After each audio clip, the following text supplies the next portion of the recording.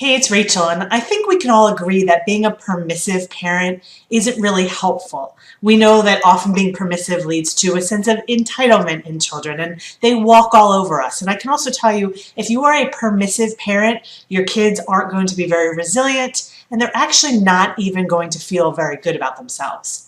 But most of us, I think, believe that the opposite of permissive is punitive. We focus on punishments because we think that punishments will teach kids a lesson and they'll act better in the future. From my perspective, the opposite of permissive isn't punitive, it's being a teacher. It's teaching them how to do better. It's not making them feel worse, it's making them understand that they need to do something and teaching them how to do that. So just as a simple example, I was at my daughter's class, dance class the other day, and a couple of the kids were goofing off a little bit. They were talking and they were just sort of paying attention to something other than the teacher, and the teacher noticed, and she gave them this sort of new creative dance step to learn. And when she gave them that new step, all of a sudden, the misbehavior went away. She didn't yell at them. She didn't make them feel bad. She didn't take away their playtime at the end of the class. And I asked her later why she decided to do that. And actually, what I asked her was, how did you not get angry with them because they weren't paying attention to you? And she said, well, why would I get angry? I knew what they needed. They needed a little bit of engagement, and I gave it to them, and I knew that would help them not misbehave.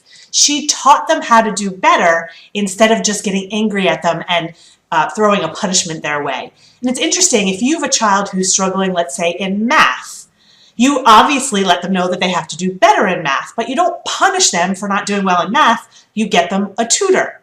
Well, if your children are misbehaving, you're going to obviously say it's not okay to misbehave, but you don't have to punish them for misbehaving. You need to teach them how to do better.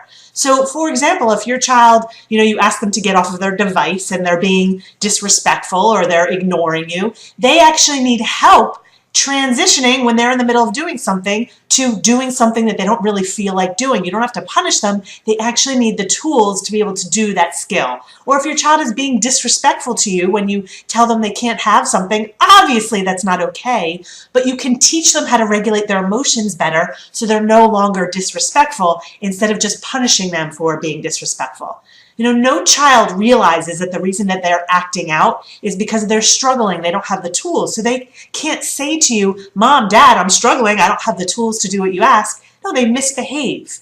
And in your defense, you might not have known that misbehavior is just a sign of struggle and that they need tools as well. But I can tell you that having worked with families for over a decade now, that's really what's happening. And in order for you to raise kids who are more responsible, more resilient, it's not about finding the best punishment.